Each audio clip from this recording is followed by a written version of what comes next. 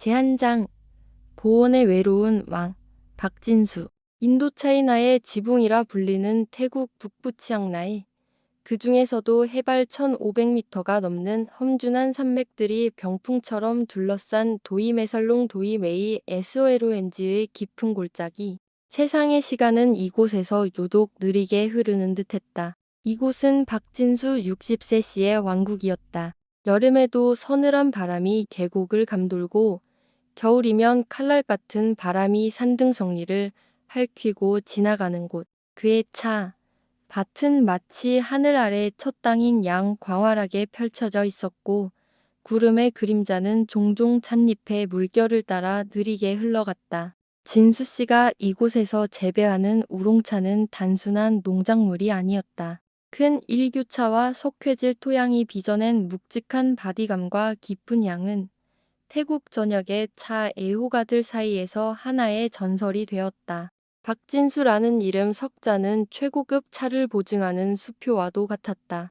그는 이 척박하지만 정직한 땅에서 태어나고 자라 흙냄새와 함께 숨쉬며 평생을 살아온 사람이었다. 젊은 시절 도시의 번잡함을 떠나 그를 따라 이상골까지 들어왔던 아내는 낯선 환경과 고된 삶에 지쳐 먼저 세상을 떠났다. 그의 기억 속 안에는 늘 대청마루 끝에 앉아 희미한 미소를 지으며 바치를 마치고 돌아오는 자신을 기다려 주었다. 그녀가 떠난 지 벌써 10년이 넘었다. 유일한 아들은 산골의 가난한 삶을 벗어나고 싶어 고등학교를 졸업하자마자 망설임 없이 서울로 떠났다. 이제는 중년의 가장이 된 아들은 명절 때나 겨우 얼굴을 비추었고 올 때마다 고금기처럼 같은 말을 반복했다. 아버지, 이제 고된 농사일 그만하시고 저랑 같이 서울 가서 사세요. 하지만 진수 씨의 대답은 늘 산처럼 굳건했다. 나는 여기가 좋다. 내 뼈를 묻을 곳은 여기뿐이다. 그의 목소리에는 누구도 꺾을 수 없는 깊고 단단한 고집이 배어 있었다. 진수 씨의 집은 그가 살아온 세월과 주인의 성정을 고스란히 반영했다. 수십 년은 좋게 되었을 법한 두꺼운 티크나무로 지은 전통 란나 레너 양식의 가옥은 인위적인 멋은 없었지만 비바람에도 흔들림 없이 산중턱에 굳건히 서 있었다. 소박한 목조 벽은 짙은 갈색으로 변해 세월의 흔적을 고스란히 간직했고 여름에는 서늘한 공기를 머금어 더위를 식혀주고 겨울에는 두꺼운 벽이 매서운 외풍을 막아주었다. 집 안으로 들어서면 오래된 나무 냄새와 희미한 흙 냄새, 그리고 장작 아궁이에 연기 냄새가 뒤섞여 묘한 안정감을 주었다. 집안 살림이라곤 낡고 육중한 옷장 하나와 구식 브라운관 텔레비전, 그리고 매일 밤 술잔을 기울이며 고독을 친구 삼는 낮은 밥상이 전부였다. 그 흐름 낀 벽 중앙에는 젊은 시절 아내와 함께 찍은 유일한 흑백 사진이 빛바래고 금이 간 액자 속에 걸려 있었지만 그는 좀처럼 그 사진을 쳐다보지 않았다. 마치 마음속 깊은 상처를 애써 외면하려는 사람처럼 건드리기만 해도 무너져 내릴까 두려워하는 듯했다. 그를 아는 사람이라면 누구나 그가 부자라는 사실을 알았다. 차 농사만으로도 매년 도시에 웬만한 중산층 연봉을 훌쩍 넘는 수입을 올렸다. 뿐만 아니라 조상 대대로 물려받은 넓은 임야에는 귀한 약초와 비싼 산나물이 지천으로 널려 있었다. 젊은 시절 농업협동조합장을 몇 번 역임하며 쌓은 지역 사회에서의 영향력도 무시할 수 없었다. 하지만 그는 자신의 부와 명성에는 전혀 관심이 없는 듯했다. 그의 관심사는 오직 당과 차, 그리고 예측 불허한 하늘의 변화뿐인 것 같았다. 새벽이 아직 짙푸른 색을 띠고 있을 때 그는 어김없이 일어나 찻잎에 맺힌 이슬을 쓸어보며 간밤에 별일은 없었는지 확인하고 손끝으로 흙의 습도와 온도를 느꼈다. 하루 종일 그는 말없이 흙 속에서 일했다. 그의 손은 이미 오래전에 굳은 살이 박연 암흑껍질처럼 거칠었고 바람과 햇볕에 그을린 얼굴에는 계곡처럼 깊은 주름이 새겨져 있었다. 하지만 밭을 내려다보는 그의 눈빛만은 늘 날카롭고 생생하게 살아 있었다. 그는 마치 땅의 언어를 이해하는 사람 같았다. 마을 사람들은 그를 존경하면서도 동시에 어려워했다. 그들은 그를 박영감, 산영감, 때로는 차 귀신 같은 별명으로 불렀다. 그의 농사기술과 정직함은 모두가 인정했지만 과묵하고 좀처럼 속내를 드러내지 않는 성격과 타인과의 교류를 극도로 꺼리는 폐쇄적인 성향 때문에 누구도 쉽사리 그에게 다가가지 못했다. 그는 마을의 크고 작은 행사에는 거의 모습을 드러내지 않았고 꼭 필요한 일이 아니면 읍내에도 좀처럼 내려가지 않았다. 수확철에 일손이 필요할 때를 제외하고 그의 넓은 농장과 커다란 가옥은 늘 깊은 산의 무거운 정적에 잠겨 있었다. 그가 선택한 고독과 세상과의 불화, 그 경계는 참으로 모호했다. 다만 밤이 깊어지면 달빛 아래 홀로 앉아 아오카오 태국 전통 소주 잔을 기울이는 그의 얼지만 외로운 등은 더욱 짙은 그림자를 드리우며 보는 이의 마음을 시리게 만들었다. 그 그림자는 때로는 산의 정령처럼 혹은 길 잃은 영혼처럼 보이기도 했다. 제두장, 지옥에서 온 도망자, 플로이, 지구 반대편, 태국의 수도 방콕에서 그리 멀지 않은 나콤파톰 외곽의 먼지나는 비포장도로 옆 양철 지붕을 얹은 작은 집들이 다닥다닥 붙어있는 마을. 플로이 23세든 그곳에서 태어나고 자랐다. 건강하게 그을린 피부와 호기심, 생명력으로 반짝이는 커다란 눈동자. 가난했지만 가난이 그녀의 밝은 미소와 긍정적인 마음까지 앗아가지는 못했다. 그러던 어느 날, 한 인력 브로커가 마을에 나타나 코리안 드림이라는 달콤한 환상을 그녀의 귓가에 속삭였다. 태국 북부고원에 있는 한국인 농장에서 농업 노동자로 일하면 기술도 배우고 큰 돈도 벌 수 있으며 3년만 고생하면 고향에 번듯한 집을 지을 수 있다고 허풍을 떨었다. 플로이는 망설였지만 가족의 미래와 자신의 꿈을 위해 위험한 도박에 모든 것을 걸기로 결심했다. 그녀는 집안에 얼마 안 되는 재산과 친척들에게서 빌린 돈까지 박박 긁어모아 브로커에게 건네고 희망에 부푼 가슴을 안고 비행기에 올랐다. 하지만 방콕 돈무앙 공항에 발을 디딘 순간부터 그녀의 환상은 산산조각이 났다. 그녀를 마중 나온 브로커의 태도는 이전과 180도 달랐고 그녀가 배치된 곳은 약속했던 깨끗한 시설의 농장이 아니라 나콩파톰의 외딴 돼지 농장이었다. 농장 주인 솜차이는 탐욕스럽고 잔인한 자였다. 그는 첫날부터 플로이의 여권을 빼앗아 어딘가에 감춰버렸고 계약서에 명시된 임금의 절반도 안 되는 돈을 주며 그녀를 노예처럼 부렸다. 그녀는 악취가 진동하는 허름한 박사에서 다른 불법 체류 노동자들과 함께 새우잠을 자야 했고 식사라고는 멀건 국물에 소금에 절인 채소 몇 조각이 전부였다. 솜차이는 술에 취하면 상습적으로 폭행을 일삼았고 외국인 노동자들을 인간으로 취급하지 않았다. 더 끔찍한 것은 그가 플로이를 음탕한 눈으로 쳐다보며 성추행을 시작했다는 것이다. 플로이는 매일 밤 공포와 절망 속에서 울었다. 이곳은 그녀가 꿈꾸던 곳이 아니었다. 벗어나고 싶었지만 여권도 돈도 없는 그녀는 속수무책이었다. 그러던 어느 날 밤, 같은 처지에 있던 몇몇 동료 노동자들이 비밀리에 탈출을 계획했고 플로이는 용기를 내어 그들과 함께 지옥 같은 농장을 탈출했다. 뜬 눈으로 밤을 새우며 어둠 속을 달리는 동안 만약 붙잡히면 모든 것이 끝장이라는 공포가 그녀를 짓눌렀다. 이제 어디로 가야 한단 말인가. 모든 것이 막막했다. 아는 사람도 기댈 곳도 없었다. 가진 돈은 버스를 몇 번 타면 사라질 터였다. 그녀는 무작정 북쪽으로 최대한 멀리 가는 버스에 몸을 실었다. 언젠가 농장 동료가 치앙라이 쪽은 산이 높고 인적이 드물어 숨어 지내기 좋을 것이라고 했던 말을 어렴풋이 기억해냈기 때문이다. 그곳에서 일자리를 구할 수 있을지도 모른다는 신락 같은 희망도 품었다. 며칠 동안 버스 터미널이나 다리 밑에서 뚝잠을 자고 빵 한 조각으로 끼니를 때우며 그녀는 치앙라이의 깊은 산골까지 흘러 들어왔다. 하지만 낯선 땅과 험준한 산세는 그녀에게 또 다른 절망을 안겨주었다.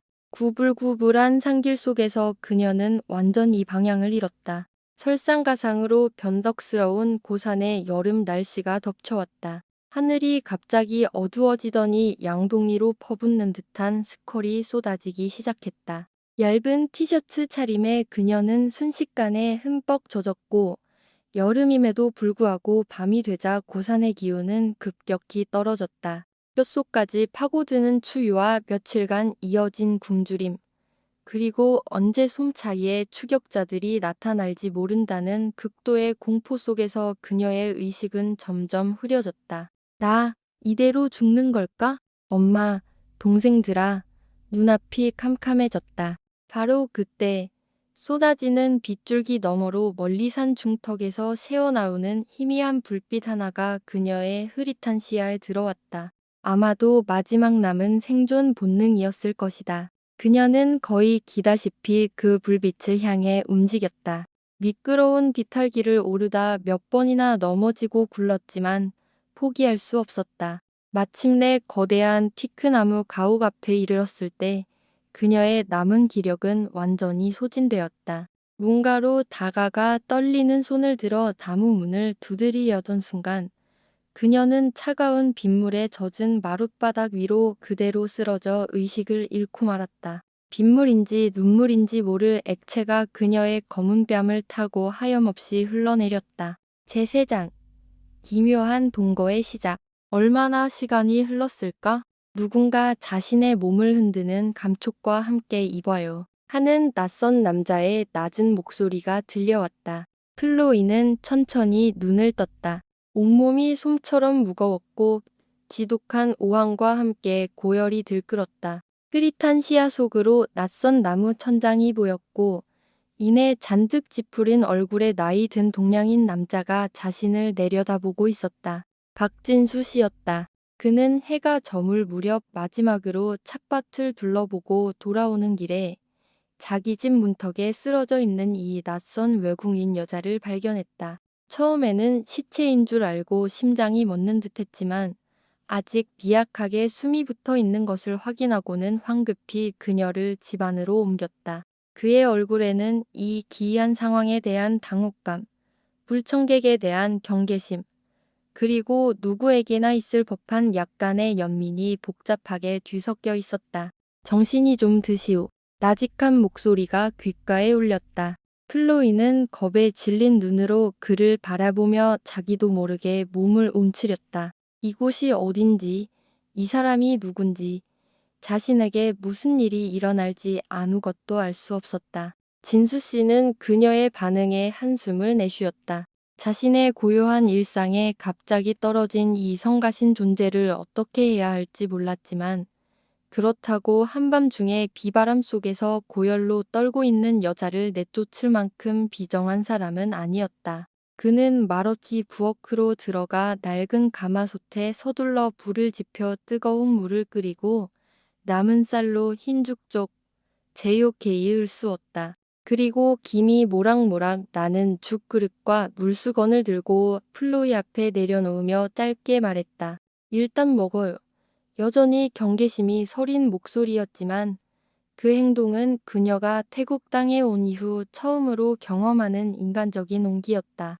밤새 플로이는 고열과 오한에 시달리며 끙끙 앓았다. 고향의 가족들 모습과 솜차이의 흉악한 얼굴이 번갈아 나타났다. 그녀는 악몽 속에서 소리를 질렀고 아무도 알아들을 수 없는 태국어로 흐느꼈다. 자기 방에 있던 진수 씨는 그 소리를 들으며 뜬 눈으로 밤을 새웠다. 모른 척할 수도 있었지만 차마 그럴 수 없었다. 그는 몇 번이나 플로이가 누워있는 곳으로 나와 그녀의 이마에 찬 수건을 갈아주었고 심지어 찾아낸 해열제를 물에 타서 억지로 마시게 했다. 그의 서툰 간호 덕분이었을까 동틀 무렵 기적처럼 플로이의 열은 내렸다. 아침에 서늘한 공기 속으로 닭 우는 소리가 울려 퍼질 때 진수 씨는 평소처럼 밭에 나갈 채비를 했다. 작업복으로 갈아입고 장화를 신은 그는 아직 잠들어 있는 플로이에게 다가갔다.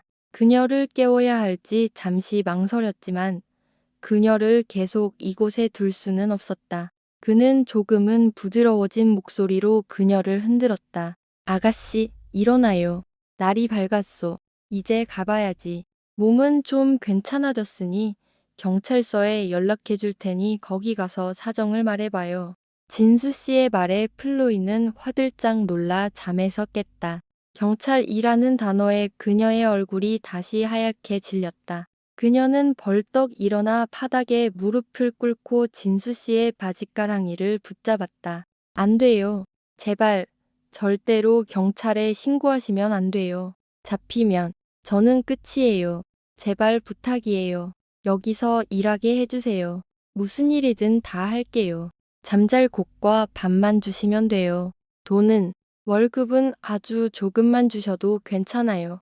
굵은 눈물방울이 그녀의 뺨을 타고 흘러내렸고 서툴지만 절박한 한국어에는 그녀의 모든 간절함이 담겨 있었다. 진수 씨는 당황했다. 평생 이렇게 누군가에게 처절하게 매달리는 모습을 본 적이 없었다. 그는 마른 침을 삼키며 잠시 망설였다. 불법 체류자를 숨겨주는 것은 명백한 불법이었다. 만약 발각된다면 그가 평생 쌓아온 명성과 가업이 한순간에 무너질 수도 있었다. 하지만 눈앞에서 울부짖는 젊은 여인의 눈빛을 외면할 수가 없었다. 심지어 오래전 살고 싶다고 울며 애원하던 병든 아내의 모습이 겹쳐 보이는 환각마저 들었다. 그리고 현실적으로 그의 넓은 차밭은 일손이 턱없이 부족했다. 그는 복잡한 감정을 애써 감추며 일개 한숨을 내쉬었다. 정말 무슨 일이든 할 수 있겠소? 여기 일은 생각보다 훨씬 고되고 힘들 텐데 당신 같은 젊은 아가씨가 견딜 수 있을지 모르겠군. 마침내 진수 씨가 입을 열었다. 그의 목소리는 여전히 낮고 무뚝뚝했지만 이전의 냉담함은 조금 누그러져 있었다. 플로이는 번쩍 고개를 들었다. 그녀의 눈에 희미한 희망의 빛이 어렸다. 네, 정말이에요. 저 태국에서도 힘든 일 많이 해봤어요. 어떤 일이든 시켜만 주세요. 불평하지 않고 열심히 일할게요. 마치 구명줄이라도 잡은 듯 그녀는 필사적으로 외쳤다. 진수 씨는 잠시 그녀의 얼굴을 빤히 쳐다보았다. 그녀의 눈은 거짓말을 하고 있지 않았다. 마침내 그는 결심한 듯 짧게 말했다. 좋소. 그럼 오늘 하루만 시켜보겠소. 내가 보기에 영 아니다 싶으면 내일 당장 떠나야 하오. 그리고 조건이 있소. 내 허락 없이는 절대 이 농장 경계 밖으로 한 발짝도 나가지 마시오. 그리고 만약 어떤 문제라도 일으키거나 내 눈 밖에 나는 짓을 하면 이 산을 살아서 나갈 생각은 말아야 할 거요. 알겠소. 여전히 위협적인 말이었지만 그 안에는 그녀를 받아들이겠다는 뜻이 담겨 있었다. 네, 명심할게요. 절대로 주인님 실망시키지 않을게요. 정말 감사합니다. 감사합니다. 플로이는 들듯이 기뻐하며 연신 고개를 숙였다. 그렇게 진수 씨와 플로이의 불안하고 위태로운 동거, 아니 주종 관계가 시작되었다. 진수 씨는 오랫동안 쓰지 않아 먼지가 가득했던 집 뒤편의 창고를 치워 플로이의 잠자리로 내주었다. 판자로 얼기설기 지은 창고는 비좁고 어두웠으며 밤에는 외풍이 들어 쌀쌀했지만 길거리 노숙이나 이전 농장의 끔찍했던 막사에 비하면 궁전과도 같았다. 적어도 이곳에서는 비바람을 피할 수 있었고 문을 잠그고 마음 편히 잠들 수 있었다. 그녀는 진수 씨가 던져준 낡은 담요 몇 장과 베개를 받아들고 창고 한 구석에 자신만의 작은 보금자리를 만들었다. 제네장, 마음에 빗장을 연 한 그릇의 카레. 시간은 계곡의 사계절처럼 느리지만 분명하게 흘러갔다. 플로이는 점차 도이 메살롱의 생활과 고된 차 농사일에 적응해갔다. 그녀의 손은 이제 진수 씨의 손 못지않게 거칠어졌지만 찻잎을 따고 잡초를 매는 솜씨는 제법 능숙해졌다. 진수 씨는 더 이상 예전처럼 그녀의 일거수일투족을 감시하지 않았고, 때로는 밭의 한 구역을 통째로 그녀에게 맡기기도 했다. 두 사람의 대화는 여전히 짧고 단조로웠지만 처음과 같은 날선 경계심은 느껴지지 않았다. 그러던 어느 초가을 저녁이었다. 고된 파티를 마치고 마주 앉은 저녁상에서 유독 플로이의 얼굴이 어둡고 말이 없었다. 평소에는 피곤해도 제잘거리기 좋아하던 그녀였기에 진수 씨는 신경이 쓰였다. 그는 밥을 먹다 말고 툭 던지듯 물었다. 어디 아픈 거요? 플로이는 잠시 머뭇거리다 억지 미소를 지으며 고개를 저었다. 아니에요. 괜찮아요. 그냥 오늘따라 유난히 집 생각이 나서요. 그녀의 목소리가 약간 잠기는 듯 했다. 고향에서는 이맘때쯤이면 온 가족이 모여서 깽키아오 왕그린 카레를 만들어 먹거든요. 엄마가 해주시던 그 맛이 사무치게 그립네요. 그녀는 작은 목소리로 말하며 먼 곳을 바라보았다. 그녀의 검은 눈동자에 짙은 향수가 어렸다. 진수 씨는 말없이 밥을 계속 먹었다. 그는 타인의 감정에 공감하거나 위로하는데 서툰 사람이었다. 하지만 그날 밤 그는 잠 못 이루고 오랫동안 뒤척였다. 플로이의 슬픈 얼굴과 엄마가 해주시던 그 맛이라는 말이 머릿속을 떠나지 않았다. 평생 누군가를 위해 요리를 해본 적이 거의 없었다. 아내가 살아있을 때는 아내가 해주는 밥을 먹었고, 아내가 죽은 후에는 그저 끼니를 때우기 위해 대충 만들어 먹었을 뿐이었다. 그런데 이상하게도 플로이가 그립다던 그 낯선 이름의 음식을 만들어주고 싶다는 충동이 일었다. 어쩌면 그것은 연민이었을지도 모른다. 혹은 그녀의 슬픈 눈을 더는 보고 싶지 않다는 마음이었을지도. 아마도 마음 깊은 곳에서는 그들의 관계를 조금 더 발전시키기 위해 그녀에게 의미 있는 무언가를 해주고 싶다는 무의식적인 바람이었을 것이다. 그날 밤 진수 씨는 낡은 컴퓨터를 켜고 서툰 손가락으로 인터넷 검색을 시작했다. 깽 키아오완 레시피, 태국 그린카레 만드는 법. 화면에는 그가 생전 처음 보는 식재료 이름과 조리법이 가득했다. 코코넛 밀크는 어디서 구하며 카피를 라임 잎은 또 무슨 채소란 말인가. 그는 몇 시간 동안 화면과 씨름하며 필요한 정보들을 메모지에 받아 적었다. 다음 날 그는 평소 한두 달에 한 번 갈까 말까 하던 읍내로 내려갈 결심을 했다. 그는 대형마트와 식료품점을 샅샅이 뒤져 코코넛 밀크캔과 그린카레 페이스트, 그리고 레시피에 적힌 몇 가지 향신료를 사들였다. 스스로도 낯설고 민망한 행동이었지만 묘한 뿌듯함과 설렘이 느껴졌다. 그날 밤 플로이가 잠든 후 진수 씨의 비밀 작전이 시작되었다. 그는 메모지에 레시피를 몇 번이고 다시 읽으며 조심스럽게 요리를 시작했다. 처음부터 난관이었다. 물과 카레 페이스트, 코코넛 밀크의 비율을 맞추는 것부터가 도전이었다. 너무 묽거나 너무 되직해지기를 몇 번이나 반복했다. 불 조절에 실패해 냄비 바닥을 태우기도 했고, 채소를 볶을 때는 기름이 튀어 팔에 화상을 입을 뻔한 아찔한 순간도 있었다. 서툰 칼질에 손을 뺄 뻔하기도 했다. 그의 거친 손은 섬세한 요리 작업에 어울리지 않았다. 몇 번이나 속으로 욕을 하며 포기할까 생각했지만 그때마다 낮에 보았던 플로이의 슬픈 눈빛이 떠올라 다시 마음을 다잡았다. 한밤중이 넘도록 부엌에서 끙끙댄 끝에 그는 마침내 제법 그럴듯한 모양의 깽 키아오완을 완성했다. 물론 그가 보기에도 완벽과는 거리가 멀었고 맛을 보장할 수도 없었다. 하지만 그는 최선을 다했다. 다음 날 저녁상, 진수 씨는 아무 일 없었다는 듯 밤새 만든 음식을 플로이 앞에 놓았다. 김이 모락모락 나는 하얀 밥과 초록빛의 카레. 플로이는 그것을 보고 순간 숨을 멈췄다. 그녀의 눈이 믿을 수 없다는 듯 커졌다. 이게 깽 키아오왕 이에요. 그녀는 떨리는 목소리로 물으며 진수 씨를 쳐다보았다.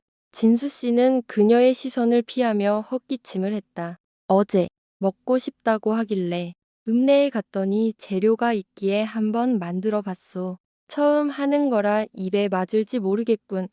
그는 최대한 무심하게 말하려 애썼지만 귓불이 살짝 붉어져 있었다. 플로이는 덜리는 손으로 카레를 한 숟갈 떠서 입으로 가져갔다. 그리고 천천히 음미했다. 그녀는 눈을 감았다. 그녀의 표정은 형언하기 어려웠다. 잠시 후 그녀의 검은 눈에서 굵은 눈물방울이 뚝뚝 떨어지기 시작했다. 그것은 슬픔의 눈물이 아니었다. 감격과 고마움, 그리고 말로 다 할 수 없는 깊은 감동의 눈물이었다. 솔직히 말해 그녀의 어머니가 만들어주던 깊은 맛과는 달랐다. 코코넛 밀크의 고소함도 덜했고 조금 짜기도 했다. 하지만 그 음식 속에서 그녀는 진수 씨의 서툴지만 따뜻한 마음을 온전히 느낄 수 있었다. 자신을 위로하려 애썼던 그의 진심. 그것은 그녀가 태국에 온 이후 처음으로 느낀 진정한 위로였다. 맛있어요. 정말 맛있어요. 주인님. 그녀는 흐느끼며 말했다. 그 눈물은 두 사람 사이에 남아있던 마지막 어색함에 벽마저 녹여버리는 듯했다. 그날의 저녁 식사는 침묵 속에서 길게 이어졌지만 그 침묵은 더 이상 차갑거나 어색하지 않았다. 그곳에는 서툰 온기와 서로를 향한 이해와 연민이 조용히 피어오르고 있었다. 그날 이후 진수 씨의 심야 요리는 비밀 의식처럼 계속되었다. 그는 다른 태국 음식에 대해서도 물었고 플로이는 신이 나서 솜담 파파야 샐러드, 똠얌꿍, 새우 수프 등 다양한 음식에 대해 이야기해 주었다. 진수 씨는 성공과 실패를 거듭하며 꾸준히 태국 요리 실력을 갈고 닦았다.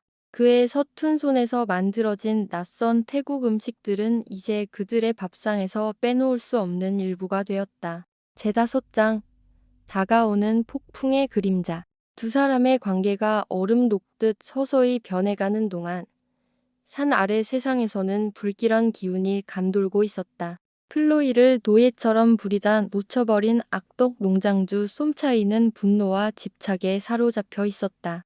그에게 플로이는 단순한 노동력 손실이 아니었다. 감히 자신의 통제에서 벗어났다는 모멸감과 자신의 불법 행위가 드러날지도 모른다는 불안감이 그를 더욱 악랄하게 만들었다. 그는 자신이 가진 모든 인맥과 불법적인 채널을 동원해 플로이의 행방을 수소문했다. 불법 인력 브로커들, 다른 농장의 외국인 노동자들, 심지어 관계 당국의 정보원에게까지 돈을 뿌리며 그녀의 소재를 파악하려 했다. 마침내 그의 집요한 추정망에 플로이가 치앙라이의 외딴 골짜기에 사는 박진수라는 한국인 노인의 농장에 숨어 지낸다는 정보가 포착되었다. 솜차이의 입가에 잔인한 미소가 번졌다. 감히 내 소나귀에서 벗어나? 또 다른 위협의 그림자는 훨씬 더 가까운 곳에서 스며들고 있었다. 바로 이웃마을의 청년 아이였다.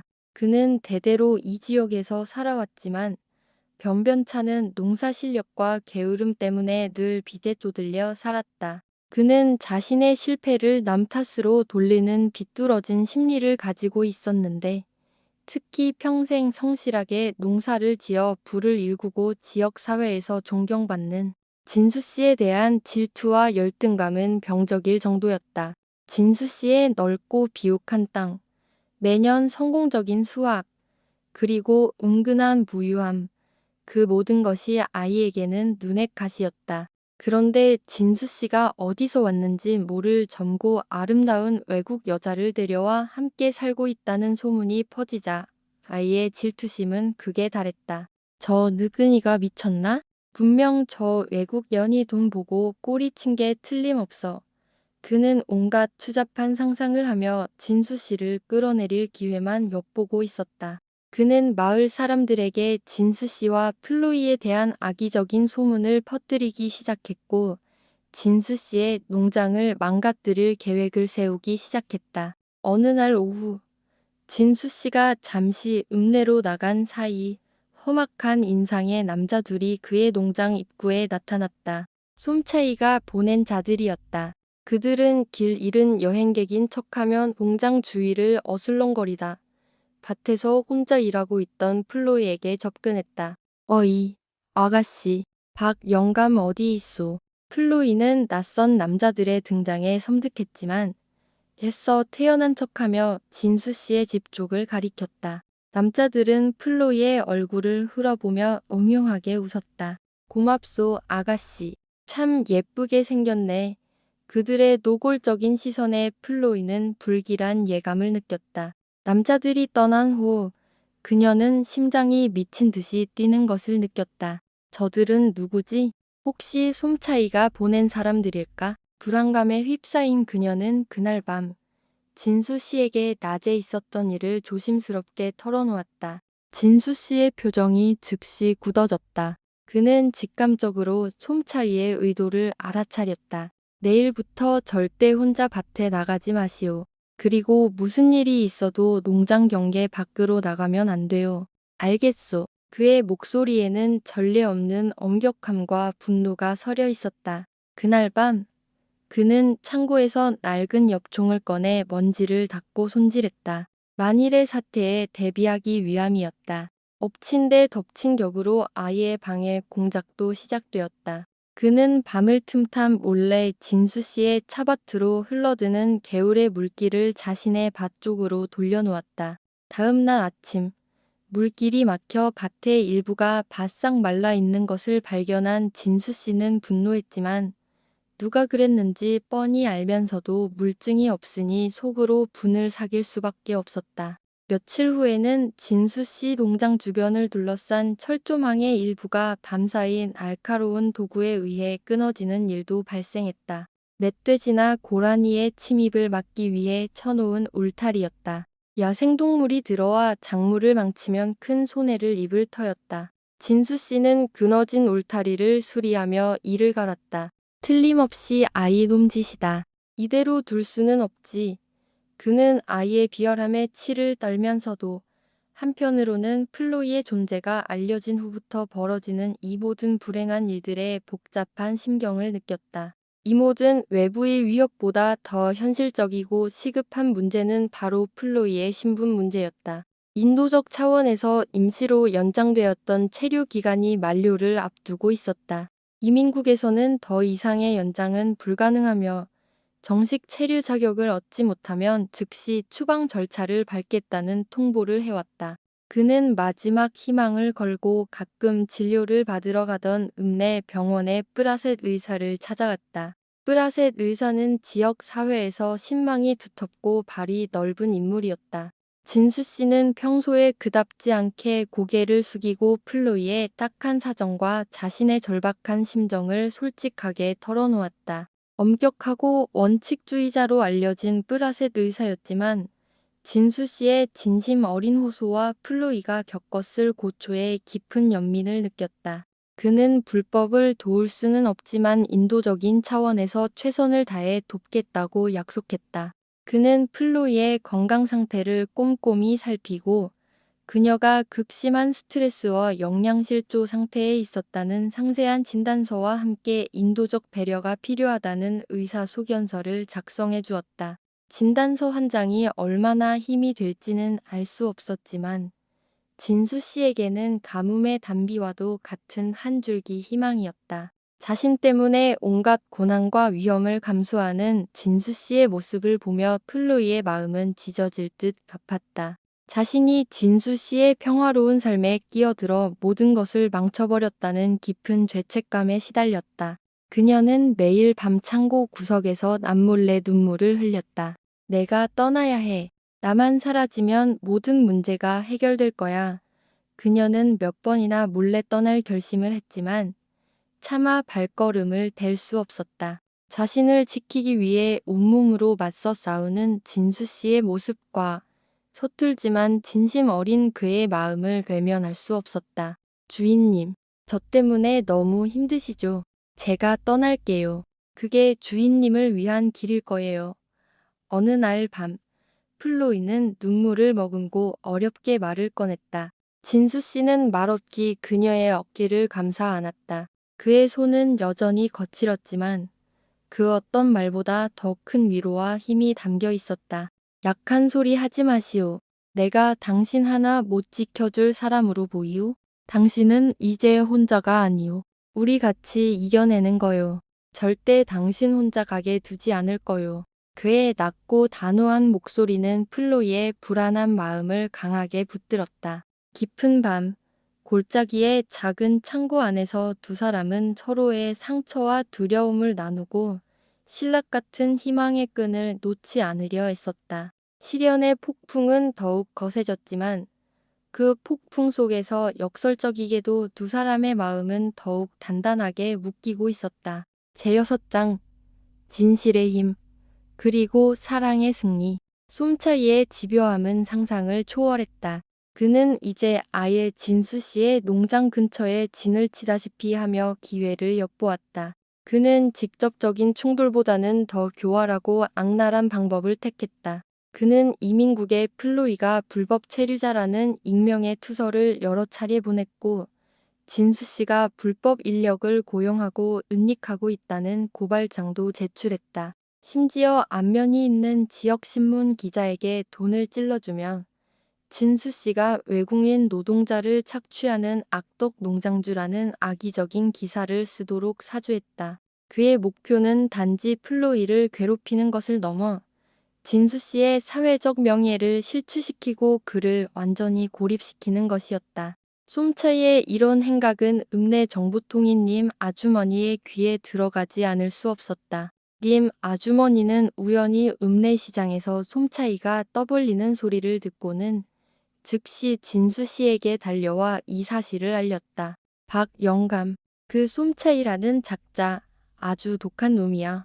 영감이랑 그 아가씨를 아주 생매장하려고 작정을 했더군. 신문사에까지 제보한다고 하던데 가만히 있으면 안 돼. 님 아주머니는 마치 자기 일처럼 붕괴하며 소리쳤다. 진수 씨는 더 이상 물러설 곳이 없다고 판단했다. 그는 솜차이의 음모에 정면으로 맞서기로 결심했다. 먼저 그는 프라셋 의사에게 도움을 청했다. 프라셋 의사는 자신의 환자인 플로이가 이전 농장에서 겪었던 학대와 착취에 대한 상세한 경위서를 작성해 주었고 필요하다면 법정 증언도 마다하지 않겠다는 의사까지 밝혔다. 또한 진수 씨는 님 아주머니를 통해 솜차이 밑에서 부당한 대우를 받다 도망쳤거나 쫓겨난 다른 외국인 노동자들의 연락처를 수소문했다. 그들은 처음에는 보복이 두려워 망설였지만 진수 씨의 진심 어린 설득과 신변 보호 약속에 용기를 내어 솜차이의 불법 행위를 증언하기로 동의했다. 진수 씨는 이 모든 증거와 증언들을 모아 변호사에게 넘겼다. 이제 그는 더 이상 방어하는 입장이 아니라 노동법 위반, 인권유린, 협박 등의 혐의로 솜차이를 역으로 고소할 준비를 하고 있었다. 한편 바위의 방해 공작도 멈추지 않았다. 그는 더욱 대담해져 밤에 진수 씨의 차 보관 창고 자물쇠를 부수려 하거나 옹기구를 망가뜨리려 했다. 이번에 진수 씨는 당하고만 있지 않았다. 그는 프라셋 의사의 조언에 따라 농장 곳곳에 몰래 소형 카메라를 설치했고 며칠 뒤 예상대로 아이가 밤에 나타난 홍기구 창고 문을 부수는 장면이 카메라에 고스란히 담겼다. 다음 날 아침 진수 씨는 그 영상을 들고 아이를 찾아갔다. 빼도 박도 못할 증거 앞에서 아이의 얼굴은 하얗게 질려 아무 말도 하지 못했다. 어쩔 텐가? 이걸 들고 경찰서로 갈까? 아니면 여기서 끝낼까? 진수 씨가 싸늘하게 물었다. 아이는 바닥에 주저앉아 빌기 시작했다. 형님, 아니 어르신, 제가 죽을 죄를 지었습니다. 다시는 안 그러겠습니다. 제발 이번 한 번만 용서해 주십시오. 진수 씨는 비굴한 아이의 모습을 경멸 어린 눈으로 쳐다보았다. 법적으로 처벌할 수도 있었지만 그는 그러지 않기로 했다. 대신 그는 엄하게 경고했다. 이번은 용서해 주지. 하지만 한 번만 더 내 농장 풀 한 포기, 내 사람 머리카락 하나라도 건드리면 그땐 용서 없을 줄 알아라. 그리고 마을 사람들 앞에서 내가 한 짓을 솔직하게 고백하고 사과해라. 아이는 울면서 고개를 끄덕였다. 며칠 후 아이는 마을 회관에 모인 사람들 앞에서 자신의 잘못을 실토하고 진수 씨와 플로이에게 공개적으로 사죄했다. 이 일로 아이는 마을에서 완전히 신용을 잃었고 더 이상 진수 씨를 괴롭히지 못했다. 이 모든 소용돌이의 중심에는 늘 플로이가 있었다. 그녀는 자신 때문에 벌어지는 일련의 사건들을 지켜보며 고통스러워했지만 동시에 자신을 위해 싸우는 진수 씨와 그를 돕는 사람들의 모습에 깊은 감동과 고마움을 느꼈다. 특히 처음에는 자신을 못마땅해 하던 진수 씨의 아들이 변호사를 선임하고 아버지의 일을 적극적으로 돕고 나선 모습은 그녀에게 큰 위안을 주었다. 진수 씨의 아들은 직접 플로이를 찾아와 서툴지만 진심으로 사과했다. 아주머니, 아직은 어색하지만 아버지를 오해하고 아주머니를 안 좋게 생각했던 거 정말 죄송합니다. 아버지가 이렇게 누군가를 위해 최선을 다하는 모습 처음 봅니다. 두 분 꼭 행복하셨으면 좋겠습니다. 그의 진심 어린 말에 플로이는 눈시울이 붉어졌다. 폭풍은 아직 완전히 거치지 않았지만 그 속에서 희망의 빗줄기들이 보이기 시작했다. 진수 씨와 플로이를 돕는 사람들의 연대는 더욱 강해졌고 그들의 진심은 세상의 차가운 편견마저 서서히 녹이고 있었다. 솜차이의 악행은 오히려 스스로의 몰락을 재촉했고 아이의 음모는 비참한 자백으로 끝이 났다. 이제 남은 가장 큰 관문은 플로이의 합법적인 체류 자격을 얻는 것뿐이었다. 진수 씨와 플로이 그리고 그들을 돕는 사람들은 이민국의 결정에 마지막 희망을 걸고 있었다. 그들의 마음속에는 불안감과 함께 시련을 함께 이겨낸 경험으로 다져진 굳건한 믿음과 사랑이 자리 잡고 있었다. 제7장 새로운 시작 그리고 기적 기나긴 기다림과 불안의 시간 끝에 마침내 이민국에서 연락이 왔다.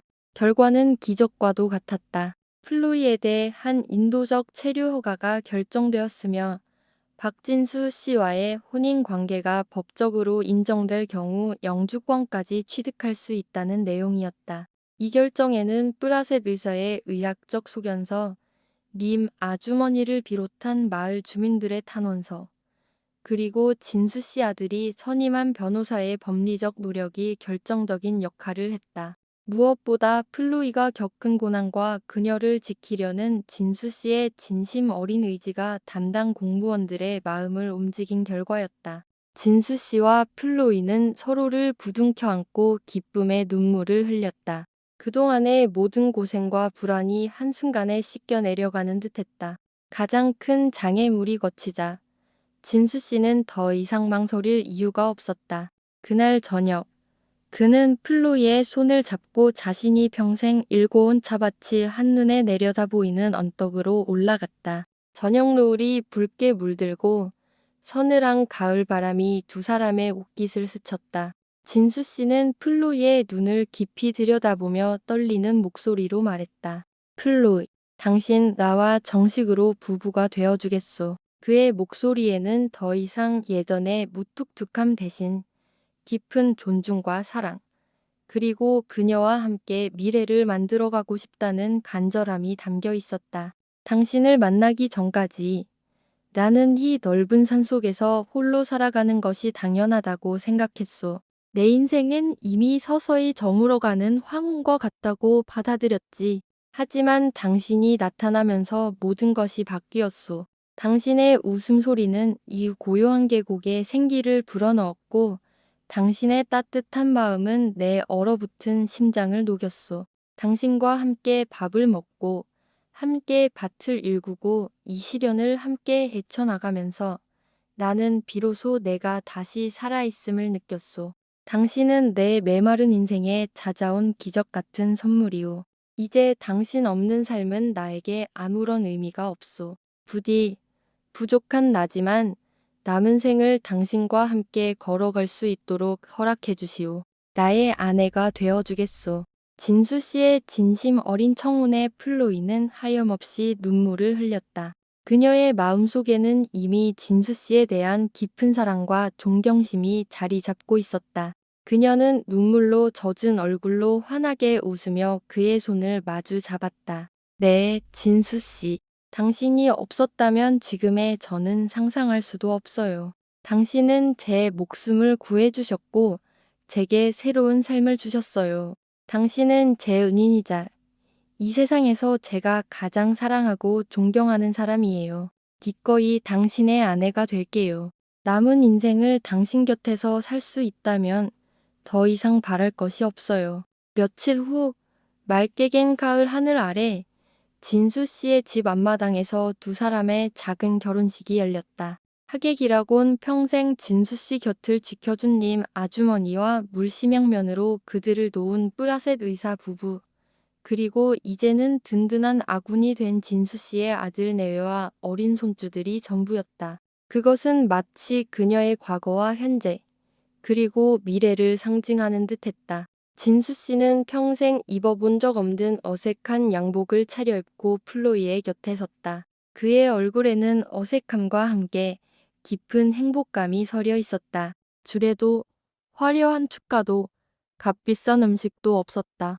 대신 뿌라셋 의사가 두 사람의 앞날을 축복하는 따뜻한 덕담을 건넸고 님 아주머니가 손수 끓인 닭고기 국수를 대접했다. 진수 씨의 어린 손주들은 서툰 목소리로 축가를 불렀고 모두가 웃음을 터뜨렸다. 두 사람은 소박한 금반지를 나누어 끼고 눈물 어린 눈빛으로 변치 않는 사랑과 존중을 맹세했다. 그 어떤 화려한 결혼식보다 더 진실하고 감동적인 순간이었다. 결혼 후 플로이는 더 이상 박진수 씨 농장의 불안한 외국인 노동자가 아니었다. 그녀는 진수 씨의 아내이자 이 넓은 농장의 당당한 안주인이 되었다. 법적으로 안정된 신분을 얻었지만 달라진 것은 없었다. 그녀는 여전히 새벽같이 일어난 한편과 함께 밭으로 나갔고 흙 속에서 땀 흘리는 것을 마다하지 않았다. 집안 살림은 더욱 살들이 챙겼고 님 아주머니에게 절인 채소와 고추 장아찌 담그는 법을 배워 주부로서의 솜씨를 키워나갔다. 이제 그녀가 끓인 생선 수프는 마을 사람들에게 칭찬이 자자할 정도였다. 특유의 밝고 긍정적인 성격으로 그녀는 먼저 마을 사람들에게 다가갔고 서툰 한국어지만 진심으로 소통하려 애썼다. 진수 씨 역시 결혼 후 눈에 띄게 달라졌다.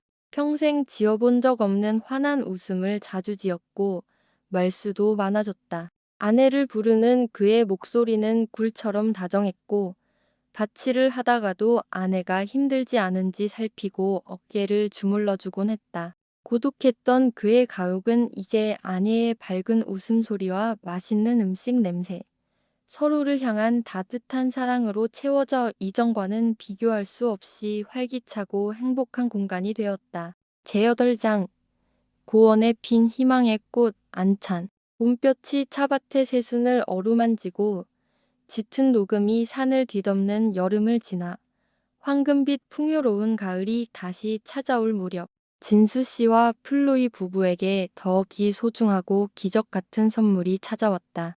플로이가 임신을 한 것이다.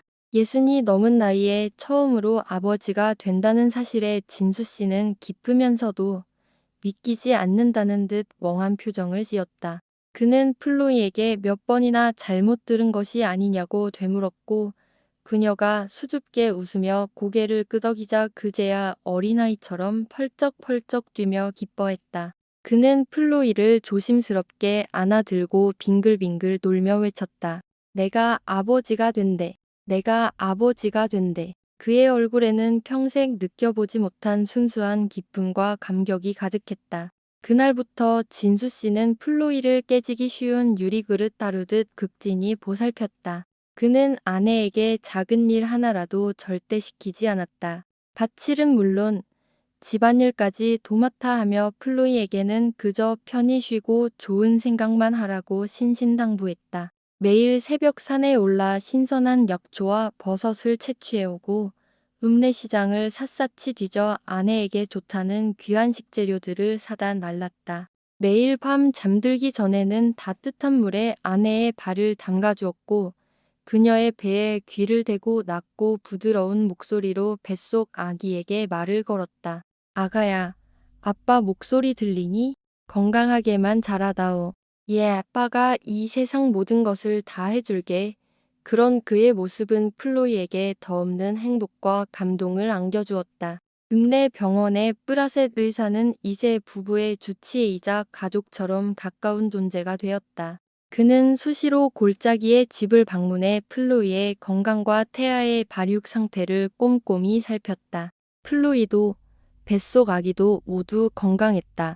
프라셋 의사는 진수 씨의 나이를 걱정하면서도 평생 산에서 건강하게 살아온 덕분인지 아무 문제가 없다며 그를 안심시켰다. 박 선생님, 건강하신 건 알았지만 이 정도일 줄은 몰랐습니다. 아기도 아주 잘 자라고 있으니 너무 걱정 마십시오. 님 아주머니 역시 플로이를 친달이나 며느리처럼 살들이 챙겼다. 그녀는 임신 중에 좋은 음식과 피해야 할 음식을 알려주고 순산을 기원하는 태국의 전통적인 민간요법들을 가르쳐 주었다. 때로는 플로이가 그리워하는 고향 음식을 함께 만들어주며 타향살리의 외로움을 달래주었다. 시간이 흘러 혹독한 도이메살롱에 겨울이 찾아왔다. 온 산이 하얀 눈으로 뒤덮이고 칼바람이 계곡을 울부짖던 어느 날 밤. 예정일이 조금 남았음에도 불구하고 플로이에게 갑자기 진통이 찾아왔다. 진수 씨는 당황했지만 침착하게 프라셋 의사에게 연락했다. 하지만 밤새 내린 기록적인 폭설로 읍내로 내려가는 유일한 길이 완전히 막혀버렸다. 병원에 갈 수도, 프라셋 의사가 올 수도 없는 고립된 상황. 진수 씨의 얼굴은 하얗게 질렸고 플로이는 고통 속에서 신음하며 불안에 떨었다. 바로 그때 기적처럼 님 아주머니가 눈보라를 뚫고 그들의 집에 도착했다. 그녀는 젊었을 때 여러 아이를 낳은 경험이 있었고 마을에 위급한 산모가 생기면 종종 산파 역할을 하곤 했다. 박 영감, 정신 똑바로 차려. 내가 있으니 걱정 말고. 아가씨도 힘내. 님 아주머니의 당차고 침착한 목소리는 불안에 떨던 진수 씨와 플로이에게 큰 힘이 되어주었다. 진수 씨의 넓은 가옥은 순식간에 긴장감 넘치는 임시 분만실로 변했다. 진수 씨는 님 아주머니의 지시에 따라 뜨거운 물을 끓이고 수건을 준비하며 안절부절 못했고 님 아주머니는 노련하게 플로이의 출산을 도왔다. 몇 시간에 걸친 사투 끝에 마침내 동틀 무렵 온 세상을 뒤덮은 백색의 정적을 깨고 우렁찬 아기 울음소리가 계곡 전체에 울려 퍼졌다. 플로이는 건강한 딸을 순산했다. 아기는 엄마의 건강한 갈색 피부와 아빠의 강직하고 뚜렷한 이목구비를 모두 닮아 있었다. 진수 씨는 자신의 품에 안겨 앵앵 우는 작고 소중한 생명체를 내려다보며 거친 얼굴 위로 뜨거운 눈물을 주체하지 못했다. 평생 느껴보지 못한 벅찬 경의와 행복감이 그의 얼굴에 가득했다. 그는 자신의 커다란 손가락으로 아기의 작은 손가락을 조심스럽게 쓰다듬으며 속삭였다. 아가야, 내 딸아, 이 세상에 와주어서 고맙다. 정말 고맙다. 눈보라 치던 겨울밤이 지나고 새로운 생명의 탄생과 함께 계곡에는 따스한 희망의 아침이 밝아오고 있었다. 아기의 이름은 안찬 어NCH어N이라고 지었다. 에필로그 사랑은 국경을 넘어. 안찬의 탄생은 한 가정의 기쁨일 뿐만 아니라 오랫동안 침체되었던 산골 마을 전체에 새로운 활기와 희망을 불어넣는 사건이었다. 시간이 흘러 안차는 도이메살롱의 맑은 공기와 부모의 깊은 사랑, 그리고 마을 사람들의 따뜻한 관심 속에서 건강하고 밝게 자라 17살의 소녀가 되었다. 소녀는 엄마에게 배운 태국어와 아빠, 할머니에게 배운 한국어를 자유롭게 섞었었고 갈색 피부와 영리한 눈동자는 신비로운 매력을 더했다. 안차는 산과들을 제 집처럼 뛰어다니며 다람쥐와 친구가 되고 계절마다 피는 들꽃의 이름을 알았으며 종종 아빠 흉내를 내며 찻잎을 따는 신용을 하곤 했다. 진수 씨는 여전히 차 농사를 지었지만 이제 더 이상 예전처럼 일에만 파묻혀 살지 않았다. 그의 가장 큰 기쁨은 사랑하는 아내 플로이, 그리고 눈에 넣어도 아프지 않을 딸 안찬과 함께하는 시간이었다. 파치를 마치고 돌아오면 안찬을 목마를 태워 마을을 산책했고, 밤에는 동화책을 읽어주었으며, 주말에는 함께 장터에 나갔다. 그의 얼굴에서는 더 이상 고독의 그늘을 찾아볼 수 없었고, 대신 따뜻하고 인자한 아버지의 미소가 자리 잡았다. 플로이는 이제 완벽하게 태국에서의 삶에 적응했다. 그녀는 여전히 남편의 농사일을 도왔지만 그녀의 역할은 더욱 확장되었다.